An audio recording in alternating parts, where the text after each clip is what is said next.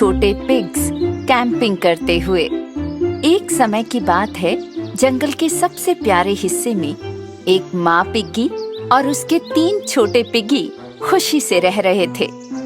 एक दिन छोटे पिग्गी गुरकी, बीच वाले पिग्गी तोरकी और सबसे बड़े पिग्गी पोरकी ने अपनी माँ से कहा कि वे कैंपिंग के लिए जाना चाहते हैं। माँ, हमारे सभी दोस्त गर्मी की छुट्टी पर चले गए। हमारे साथ खेलने के लिए कोई नहीं है। अगर आप हमें जाने दें तो हम झील के किनारे कैंपिंग कर सकते हैं। माँ पिग्गी अपने बच्चों के इस अनुरोध को मना नहीं कर पाई। ये एक अच्छा आइडिया है मेरे बच्चों। बेशक तुम कैंपिंग कर सकते हो, लेकिन कैंप के लिए सही जगह चुनना जरूरी है और तंबू भी मजबूत हो, ठीक है? अगले दिन पिगीज कैंपिंग के लिए निकल पड़े। कुछ देर जंगल की सड़क पर चलने के बाद तेज दांतों वाला और गुस्सैल आंखों वाला एक भेड़िया उनका पीछा करने लगा। यहाँ एक कमाल का भोजन है जो मुझे कल सुबह तक भूख नहीं लगने देगा। लेकिन पिग्गी भाइयों को पता ही नहीं चला कि भेड़िया उनका पीछा कर रहा है। गुरकी, तोरकी और पोरकी आखिरकार झील के किनारे पर पहुंच गए और उन्हें वहां कैंपिंग के लिए अच्छी जगह मिल गई। सबसे पहले सबसे छोटे पिग्गी गुरकी ने एक पेड़ के पास अपना तंबू लगाने का फैसला किया। उसने अपनी छोटे से तंबू को बनाने के लिए जल्दी से बड़े पत्ते इकट्ठा किए और इससे पहले कि आप पिगली विगलिस कह पाते, उसका हो भी गया। सबसे बड़ा पिग्गी पोरकी अपने छोटे भाई के पास आया और उसके तंबू को देखा। तुम्हारा तंबू तो बहुत सुंदर है भाई, लेकिन क्या तुम्हें लगता है कि ये तंबू मजबूत है? हाँ, बेशक ये मजबूत है मेरे भाई। बीच वाले पिग्गी तोरकी ने सरकंडों से अपना तंबू बनाने का फैसला किया। ऐसा करने के लिए उसने सरकंडों को जमीन पर इकट्ठा किया और जल्दी से उन्हें एक साथ जोड़ दिया और आपके पिगली विगली कहने से पहले ही तंबू तेजी से बना दिया। लेकिन जब सबसे बड़ा पिग्गी पोरकी अपने बीच वाले भाई के पास आया और उसने सरकंडों से बने तंबू को देखा, तो उसने अपने भाई को सावधान किया। भाई, तुम्हारा तंबू सुंदर है, लेकिन क्या ये सरकंडे तुम्हें खतरों से बचाएंगे? देखो, मैंने सबसे ऊंचे सरकंडे को चुना है। मेरा तंबू कभी खराब नहीं होगा। क्योंकि दोनों छोटे पिगीज ने अपने तंबू जल्दी जल्दी बना लिए थे, इसलिए उन्होंने खेलना और मस्ती करना शुरू कर दिया। डरावना दिखने वाला भेड़िया उनसे दूरी बनाए हुए था और ध्यान से उन्हें चुपके से देख रहा था। जब छोटे भाई खेल रहे थे तो पोरकी ने पेड़ों की मोटी शाखाओं से अपना तंबू बनाना शुरू किया। उसने लगभग शाम तक बहुत काम किया और जब उसने सब कर लिया तो उसके पास एक मजबूत सुरक्षित तंबू था जो उसे खतरों से बचा सकता था। तोरकी और गुरकी अपने भाई के तंबू को देखकर बहुत प्रभावित हुए। आपका टेंट बहुत अच्छा है मेरे भाई, पर आप दिन भर काम करते रहे, हमारे साथ खेले ही नहीं। जब शाम हुई और सूरज ढल गया तो तीनों छोटे पिगीज ने जंगल में गाजर पार्टी में जाने का फैसला किया। बेशक कपटी भेड़िया अभी भी उनका पीछा कर रहा था। तीनों छोटे पिगीज को पार्टी में बहुत सारे खरगोश मिले और ये तो होना ही था क्योंकि ये गाजर पार्टी थी। ओह, ये कितनी मजेदार पार्टी है। मैं सभी गाजरों का स्वाद चखना चाहता हूँ। पिगीज खरगोशों के साथ घुल मिल गए और घंटों मस्ती करते रहे। मजे करो पिगीज। कल जब तुम मेरी दावत बनोगे तब मुझे भी बहुत मजा आएगा। जैसे ही पार्टी समाप्त हुई, पिगी भाइयों ने महसूस किया कि वे कितने थक चुके हैं। वे अपने कैंप में लौट आए और बड़े दुष्ट भेड़िए ने पूरी रात उनका इंतजार किया।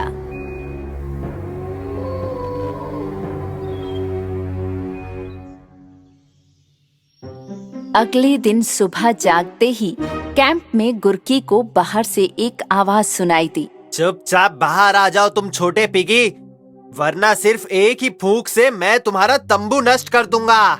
मेरा टेंट बहुत मजबूत है, आप कुछ नहीं कर सकते। ठीक है फिर। 1, 2, 3। भेड़िए ने एक गहरी सांस ली, इतनी बड़ी कि उसने छोटे पिगी के तंबू के सभी पत्ते उड़ा दिए और वो टुकड़े टुकड़े हो गया। गुरकी बहुत मुश्किल से अपनी जान बचाकर तुरंत अपने भाई तोरकी के कैंप की ओर भागा। इसके तुरंत बाद भेड़िया मंझले सुअर के बनाए हुए ईख के तंबू के सामने आ गया। मुझे पता है कि तुम दोनों वहाँ हो। बाहर आ जाओ तुम छोटे सुअर, वरना एक झटके में तुम्हारे तंबू को नष्ट कर दूंगा। मेरा तंबू कभी नहीं टूटेगा। तो ठीक है फिर। 1, 2, 3। एक बार फिर भेड़िए ने इतनी बड़ी गहरी सांस ली कि उसने सुअर के ईख वाले तंबू के सभी सरकंडों को उड़ा दिया और वो टुकड़े टुकड़े हो गया। गुरकी और तोरकी बहुत मुश्किल से जान बचाकर भागे और फौरन अपने बड़े भाई पोरकी के तंबू की तरफ गए। भाई हमारी मदद करो, भेड़िए ने हमारे तंबू को नष्ट कर दिया है। और अब वो यहाँ आ रहा है। तो हमें तुरंत कुछ करना होगा। मेरे साथ आओ। पोरकी, तोरकी और गुरकी ने मिलकर काम करते हुए तंबू के सामने एक गहरा गड्ढा खोद दिया। फिर वे गड्ढे में सीढ़ी लगाकर बाहर आ गए और उन्होंने इसे एक मिट्टी के कपड़े से ढक दिया और फिर वे उस तंबू के अंदर आ गए जिसे पोरकी ने मजबूत शाखाओं से बनाया था। उन्होंने ये सब ठीक समय पर कर लिया क्योंकि भूखा भेड़िया तभी पोरकी के टेंट पर आ गया। बाहर आओ तुम छोटे पिगीस, नहीं तो सिर्फ एक ही शक्तिशाली फूंक से मैं तुम्हारे तंबू को नष्ट कर दूंगा। अपना समय बर्बाद मत करो दुष्ट भेड़िए, तुम इस तंबू को नुकसान नहीं पहुंचा सकते। तो चलो फिर देखते हैं। 1, 2, 3। भेड़िए ने अपनी पूरी ताकत लगाकर फूंक मारी, लेकिन तंबू को कुछ भी नहीं हुआ। भेड़िया एक कदम करीब आया और फिर से फूंक मारी, लेकिन कोई फायदा नहीं हुआ। तंबू हिला तक नहीं। भेड़िया तंबू के करीब एक कदम और बढ़ा और इस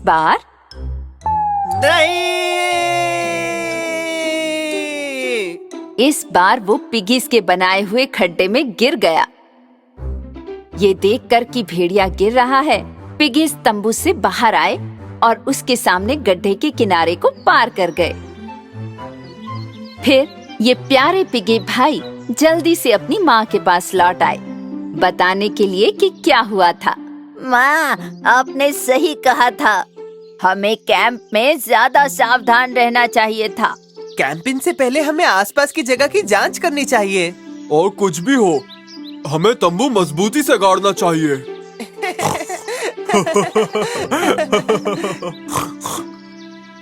माँ पिगी ने अपने बच्चों को कसकर गले लगा लिया।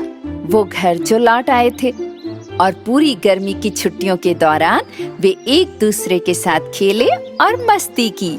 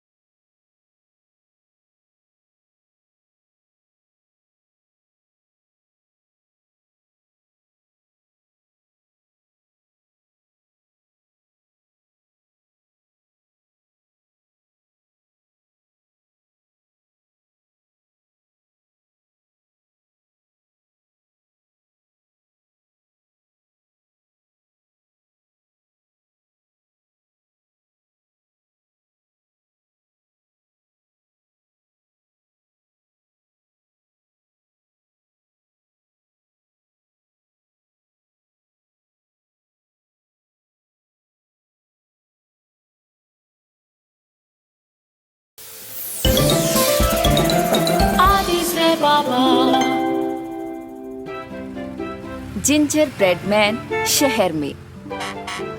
एक बार की बात है, एक जिंजर ब्रेड मैन अपने गांव से भागने की कोशिश कर रहा था। भागो भागो भागो, जितनी तेजी से हो सके भागो, मुझे कोई नहीं पकड़ सकता क्योंकि मैं हूँ जिंजर ब्रेड मैन। ये जिंजर ब्रेड मैन इतनी तेजी से भागा कि बूढ़ी औरत, बड़ी गाय, गोल मटोल सुअर, कंफ्यूज्ड मुर्गी, भूखी लोमड़ी और भूला कौवा कोई भी उसे पकड़ नहीं सकता था। मैं बहुत थक गई हूँ। हम उस जिंजर ब्रेड मैन को नहीं पकड़ सकते। चलो वापस अपने खेत में चलते हैं। भागो भागो और तेजी से भागो, मुझे कोई नहीं पकड़ सकता। मैंने कहा ना, मैं जिंजर ब्रेड मैन हूँ। जिंजर ब्रेड मैन जो बहुत देर तक दौड़ता रहा, आखिरकार एक शहर में पहुंच गया। हालांकि शहर में इतनी भीड़ थी कि वो लोगों के पैरों के बीच दौड़ते हुए बहुत कंफ्यूज था। शहर में दौड़ना गांव में दौड़ने से बहुत बहुत ज्यादा मुश्किल है। जिंजर ब्रेड मैन शहर के एक बाजार में भाग गया। एक फिश मार्केट पास करते समय उसने गलती से सारी मछलियां नीचे गिरा दी।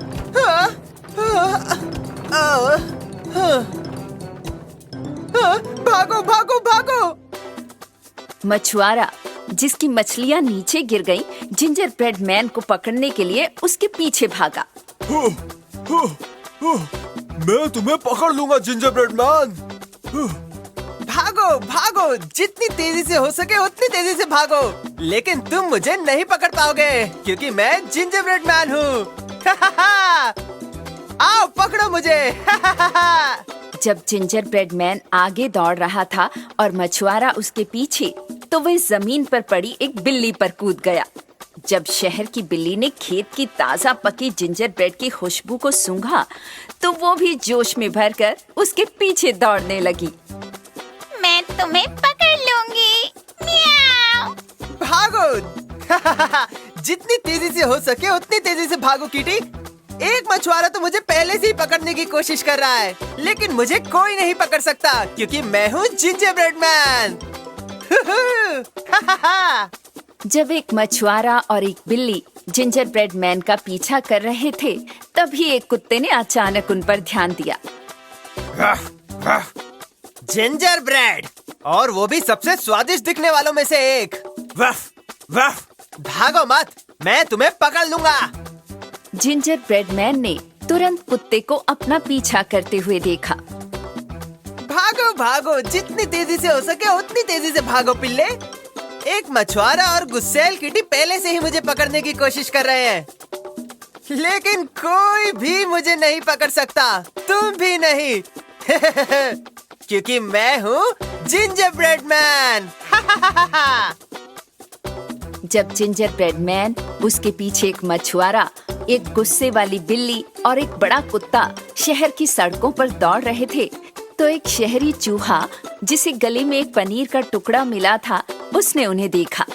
मुझे स्वादिष्ट जिंजर ब्रेड की खुशबू आ रही है। पनीर की परवाह कौन करता है?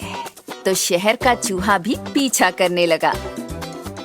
जिंजर ब्रेड मैन, जब तक तुम चाहो तब तक भागो, तुम मुझसे कभी नहीं बच सकते। भागो भागो शहर के चूहे, जितनी तेजी से हो सके उतनी तेजी से भागो। एक मछुआरा, गुस्सैल किटी और कुत्ता पहले ही मुझे नहीं पकड़ पा रहे हैं, तुम भी मुझे नहीं पकड़ पाओगे क्योंकि मैं हूँ जिंजर ब्रेड मैन।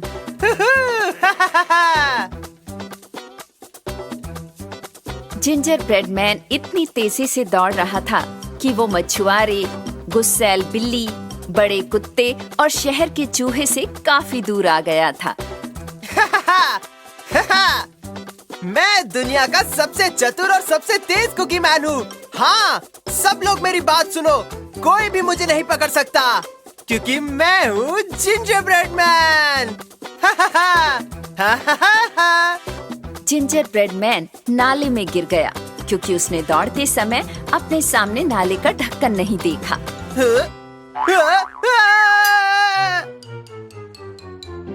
थोड़ी देर के बाद मछुआरा, गुस्सैल बिल्ली और बड़ा कुत्ता जो जिंजर ब्रेड मैन का पीछा कर रहे थे, उन्होंने नाले में उसे देखा और फिर उनकी नजरें मुड़ गई शहर के चूहे की तरफ। मुझे ऐसे मत देखो, मैं एक शहर का चूहा हूँ, मैं कभी अंडरग्राउंड नहीं होऊंगा। जब उन्हें एहसास हुआ कि वे जिंजर ब्रेड मैन को बाहर नहीं ला सकते, तो सभी ने अपने घर लौटने का फैसला किया।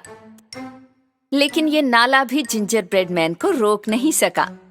एक पेस्ट्री के जैसा होते हुए भी कमाल के हुनर के साथ वो ऊपर चढ़ गया और खुद को बचा लिया। मछुआरा, बिल्ली, कुत्ता और शहर का चूहा उसे बाहर देखकर उसके पीछे भागे। शहर का कोई भी नाला मुझे नहीं रोक सकता, क्योंकि मैं हूँ ginger bread man. Ginger bread man अचानक शहर के ट्रैफिक में फंस गया। इसके अलावा मछुआरा, बिल्ली, कुत्ता और चूहा उसकी ओर आ रहे थे और तेज। जिंजर ब्रेड मैन के पास से दाएं से बाएं, उसके सामने, उसके पीछे हर जगह कारें और साइकिलें गुजर रही थी। वो लगभग एक कार के नीचे आते आते बच गया। वो बहुत डर गया था। ओह नहीं, अब मैं क्या करूँगा?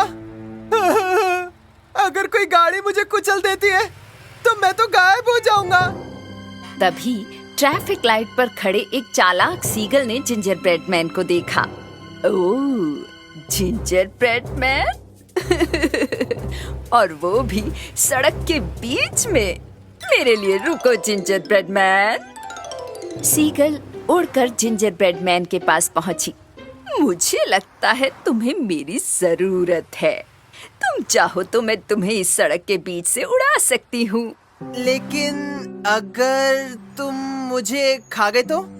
चिंता मत करो। आज मेरा पेट भर गया है। मैं तुम्हें खाना नहीं चाहती। जिंजर ब्रेड मैन ने सीगल पर भरोसा किया और उसकी पीठ पर बैठ गया। मछुआरे, बिल्ली, कुत्ते और शहर के चूहे ने जिंजर ब्रेड मैन को सीगल के पंखों पर उड़ते देखा। अब उसे पकड़ना उनके लिए नामुमकिन था। वे बेचारे बनकर खड़े हुए उसे देखते रहे। दूसरी ओर सीगल ट्रैफिक के ऊपर अच्छी तरह से उड़ गया, हर एक की पहुंच से बहुत ऊपर। तेज हवा के कारण जिंजर ब्रेड मैन मुश्किल से सीगल को पकड़ पा रहा था। सीगल दोस्त, थोड़ा आराम से उड़ो, नहीं तो हवा के कारण मैं नीचे गिर जाऊंगा। यदि तुम गिरते हो तो गिर जाओ, मैं तुम्हें अपने मुंह से पकड़ लूंगी और पेट में डाल लूंगी। उस समय जिंजर ब्रेड मैन हवा के कारण पंखों को पकड़ नहीं सका और गिर गया। जब सीगल उसे पकड़ने और निगलने ही वाली थी कि अचानक एक बड़ा बादल उसके सामने आ गया। जिंजर ब्रेड मैन कहाँ गया? दूर हटो बादल, हटो! आह! जिंजर ब्रेड मैन इतना भाग्यशाली था कि वो एक नरम बादल पर गिर गया। फिर वो सीढ़ी की तरह बादल से बादल पर कूद गया और फिर नीचे उतर गया। उसने एक बार भी रुककर पीछे नहीं देखा। जैसे ही वो उतरा, वो तेजी से बादल पर कूद गया और तुरंत दौड़ने लगा। भागो भागो, जितनी तेजी से हो सके उतनी तेजी से भागो। एक मछुआरा, किटी, कुत्ता, शहर का चूहा और एक सीगल पहले ही मुझे नहीं पकड़ पा रहे हैं। कोई मुझे नहीं पकड़ सकता, क्योंकि मैं हूँ जिंजर ब्रेड मैन। मैं कितना स्ट्रॉन्ग और तेज दौड़ता हूँ, मुझे कोई भी नहीं पकड़ सकता है। जिंजर ब्रेड मैन बस दौड़ता रहा।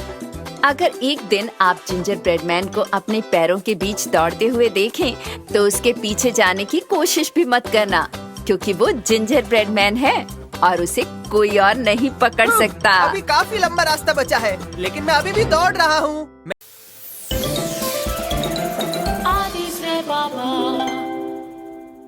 गोल्डीलॉक्स और पांडा परिवार। एक बार की बात है, जंगल के सबसे खूबसूरत हिस्से में एक छोटा सा घर था और सुनहरे बालों वाली एक लड़की गोल्डीलॉक्स इस घर में रहती थी। गोल्डीलॉक्स इतनी प्यारी थी कि हर कोई उससे बहुत प्यार करता था। लेकिन ये प्यारी लड़की कभी-कभी बहुत शरारती भी हो जाती थी।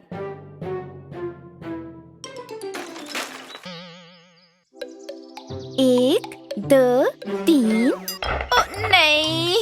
गोल्डीलॉक्स ने गलती से उस पाई पर पैर रख दिया जो उसकी माँ ने उसके लिए बनाई थी। गोल्डीलॉक्स, अब तुम्हें नाश्ते के लिए थोड़ा और इंतजार करना होगा क्योंकि मुझे फिर से खाना बनाना पड़ेगा। और हाँ सुनो, बगीचे से बाहर मत जाना और मुझे बताए बिना जंगल में भी नहीं। एक अच्छी लड़की बनो। नाश्ते का इंतजार करते करते गोल्डीलॉक्स बहुत ऊब गई थी।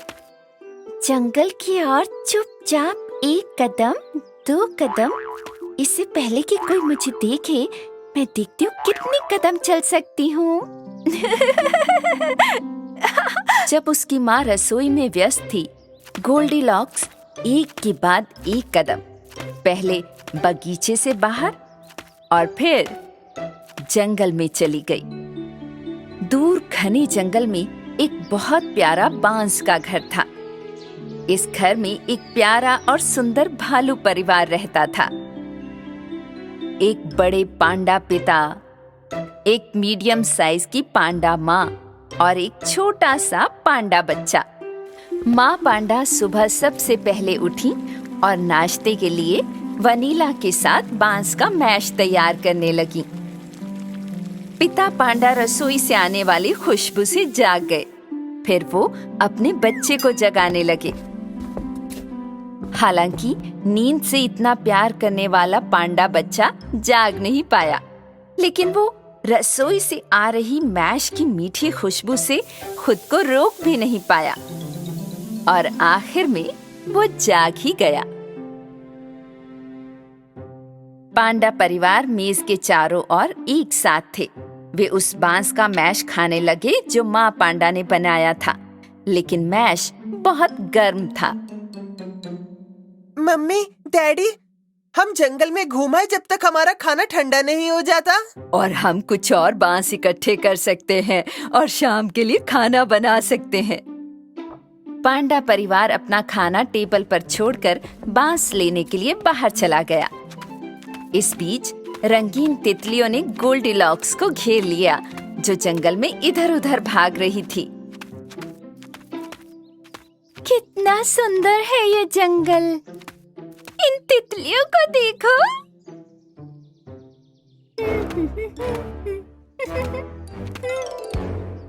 तितलियों का पीछा करने की कोशिश करते हुए गोल्डीलॉक्स गहरे जंगल में आगे आगे भागती रही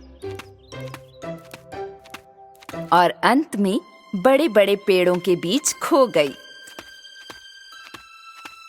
जैसे जैसे समय बीतता गया, वो थक भी गई और उसे बहुत भूख भी लगाई। वो लगभग रोने ही वाली थी, लेकिन उसे अचानक से सामने थोड़ी दूरी पर बांस का एक छोटा सा घर दिखाई दिया। वो खुशी खुशी घर के पास पहुंची और खिड़की से झांकने लगी। उसने अंदर 3 कटोरों में खाना पड़ा देखा। वो खुशी से दरवाजे पर गई और उसे 3 बार खटखटाया। दरवाजा बंद नहीं था। उसके दस्तक देते ही वो खुल गया और गोल्डीलॉक्स बहुत भूखी थी। सुनो, क्या कोई है? और वहाँ एक बड़े कटोरे में, एक मीडियम कटोरे में और एक छोटे कटोरे में बांस का मैश था। क्योंकि उसे बहुत भूख लगी थी, तो वो सबसे बड़े कटोरे से बांस का मैश खाना चाहती थी। लेकिन जब उसने इसे चखकर मुंह में डालना चाहा, तो उसका मुंह जल गया। ये डिश बहुत गर्म है। तो उसने मीडियम कटोरे से मैश का स्वाद चखा। अरे, ये डिश बहुत ठंडी है। यक! फिर उसने छोटी प्लेट से 1 चम्मच बांस का मैश लिया। ये डिश न तो बहुत गर्म है और ना ही बहुत ठंडी। ये बिल्कुल सही है। गोल्डीलॉक्स ने छोटी कटोरी का सारा मैश खा लिया। वो कुछ आराम करने के लिए चिमनी के पास जाकर बैठना चाहती थी। यहाँ भी उसने 3 अलग-अलग सीटें देखी। उसने पहले लकड़ी की बड़ी सीट पर कोशिश की। ये सीट बहुत सख्त और गर्म है क्योंकि ये चिमनी के करीब है। फिर वो मीडियम साइज की गुलाबी सीट पर बैठ गई। ये सीट बहुत नरम है। इस बार गोल्डीलॉक्स ठीक बगल में छोटी लाल सीट पर बैठ गई। ये बहुत आरामदायक है। लेकिन तभी छोटी सीट के टुकड़े टुकड़े हो गए। अरे नहीं, अच्छा होगा कि मैं कुछ देर के लिए बिस्तर पर जाकर लेट जाऊं। गोल्डीलॉक्स बांस के घर के बेडरूम में घुस गई। यहाँ भी 3 पलंग थे, एक बड़ा, एक मीडियम साइज और एक छोटा। गोल्डीलॉक्स सबसे पहले बड़े बिस्तर पर लेट गई। ये बिस्तर कितना सख्त है और तकिया भी कितना बड़ा है। फिर वो मीडियम साइज के बिस्तर पर कूद गई, लेकिन वो बहुत नरम था। फिर वो सबसे छोटे बिस्तर पर कूद गई। ये बिस्तर बहुत अच्छा है। तकिया भी कितना आरामदायक है। गोल्डीलॉक्स सबसे छोटे बिस्तर में सो गई। इधर पांडा परिवार का समय जंगल में बांस इकट्ठा करते समय कैसे बीत गया पता ही नहीं चला और वो आखिर में घर आ गए। घर पहुंचते ही सबको बैठकर नाश्ता करने की जल्दी थी, लेकिन एक सरप्राइज टेबल पर उनका इंतजार कर रहा था। हाँ? किसी ने मेरे बैम्बू मैश को चखा है। किसी ने मेरे बांस के मैश को भी चखा है। Bamboo mash? ये तो सारा खत्म हो गया है। पांडा परिवार खड़े होकर चारों ओर देखने लगा। तभी उनका ध्यान फायरप्लेस के पास रखी सीटों पर गया। हाँ? कोई तो मेरी फेवरेट चेयर पर बैठा था। मेरी सीट पर भी कोई बैठा है। और कोई तो मेरी चेयर पर भी बैठा था और उसने उसे तोड़ दिया। पांडा परिवार उत्सुकतावश बेडरूम में गया।